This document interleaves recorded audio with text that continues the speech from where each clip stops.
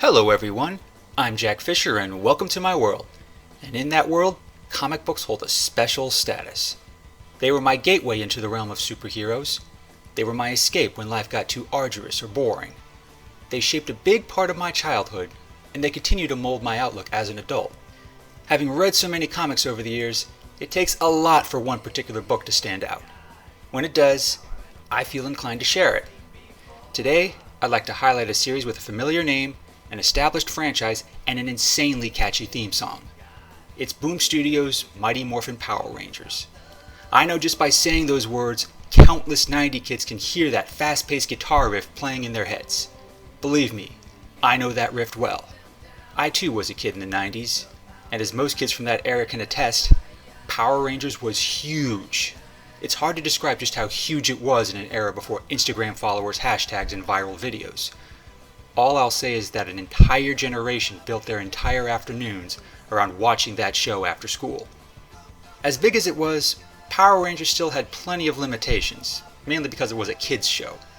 It had to appeal to kids, both to appease censors and sell toys for Saban entertainment. It could only ever be mindless fun, full of flashy fighting moves and cheap effects. It could never mature beyond a certain point. It had to keep reinventing itself with a new cast, new characters, and new plots, many of which followed the same formula. Teenagers get superpowers, evil overlord attacks with monsters, superpowered teenagers defeat the monsters, save the day, and pose for the cameras, sometimes with giant robot Zords. Now that has plenty of appeal to kids, but those limits, as well as the general limitations of a TV show, kept Power Rangers at the mercy of that formula. Boom Studios, after acquiring the license from Saban in 2015, finally dared to mix it up. I've followed the results closely since then, and I can safely say it has greatly excited my inner 90s kid. Even if you haven't followed Power Rangers for years, hell, even if you think you've outgrown the concept entirely, I highly recommend you read this new comic book series. In many respects, comics offers the perfect medium to take Power Rangers into uncharted territory.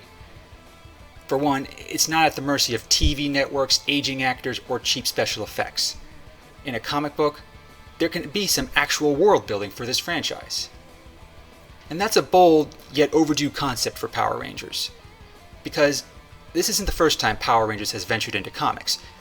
Years ago, there were a few limited edition comic series here and there, but they never strayed too far from the aesthetics of the show. They might as well have been extra episodes.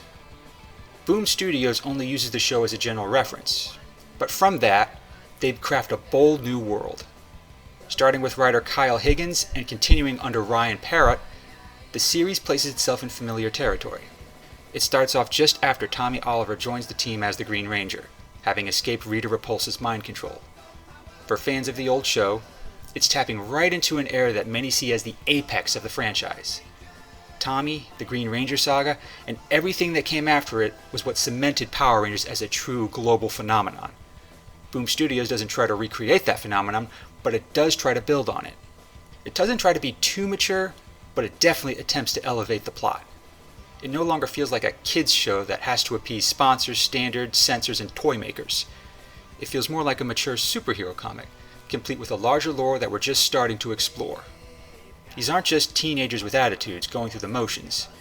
Jason, Zach, Trini, Kimberly, Tommy, and Billy, they feel like real people dealing with real issues. The issues that a kids' show has to gloss over are suddenly relevant. The team has serious trust issues with Tommy from the get-go. All the damage he did in the show, that's not easy to overlook. And it left a serious impact on him. He's not exactly the picture of mental health after being mind-controlled by a screeching space witch. He still has Jason David Frank's charm and charisma, but he also has real struggles. The rest of the team has issues of their own, which have nothing to do with giant monsters attacking. Jason has issues with a sick father, Kimberly has issues with divorcing parents, Billy has issues with the non-mental aspects of being a ranger. None of these plots feel completely out of place in the world of Power Rangers, but they do add a level of depth that just wasn't possible on a TV show. That's not to say it's all melodrama and no action. There's still plenty of fighting with monsters and Zords. Now, it's not just restricted to using stock footage from old episodes from Super Sentai in Japan. In terms of action, there's a lot more strategy and variation, courtesy of a diverse cast of skilled comic artists. There may not be as many sparks or stunt acting, but it delivers the same impact. However, all those extras are just novelties that eventually wear off. What really made these Power Ranger comics special was how they brought it all together. It happened in their first big crossover event, Shattered Grid. It's the kind of story that could never happen on a kids' show. It's the kind of Power Ranger story that couldn't even take place in a movie. This one event opened Power Rangers up to new worlds, new universes, and even new timelines, literally in many cases. Did it get a bit convoluted? Yes. That only made it feel more like a modern superhero comic. And for Power Rangers, that's just what it needed. Shattered Grid was a game changer. I don't want to spoil too much of it, but if you're a fan of all things Tommy Oliver and the Green Ranger, you'll find plenty to enjoy. The story, like many of Power Rangers' best moments, is built largely around him, but it goes beyond how it affects the team around him. What happens with Tommy has repercussions throughout multiple eras and multiple iterations of Power Rangers, which include more than a few familiar faces and names from various eras. Most importantly, it establishes a larger web of continuity, one that can be built, expanded, and reshaped in entirely novel ways. There can be new Rangers, there can be new teams as well. There can be new enemies, missions, and threats, and it can all unfold on the same foundation as the classic show, catchy guitar riffs and all. It's an accomplishment I didn't think was possible. Going in, my biggest concern was that these comics would try too hard to stick to the show's formula, or it would try too hard to make Power Rangers more mature, so much so that it just wouldn't feel like Power Rangers anymore. I think Boom Studios struck just the right balance. These are still the characters we loved as kids. They feel familiar, but they also fit nicely into the current world. At no point do they feel like they're stuck in the 90s. Power Rangers can work in the current year. They might not work as a kids show airing on broadcast TV after school, but they work perfectly as a modern superhero comic. For that, I can't thank Boom Studios enough. If you haven't checked this series out, I provided some Comixology links in the description. I've also provided a link to Comics Historian, a great channel who provides a detailed rundown of the Power Rangers comics to date. Please, do your inner 90s kid a favor. Check these books out. You'll be humming Go Go Power Rangers again in no time. Thanks for watching, everybody, and thanks for joining me in my world. Please like, comment, and subscribe.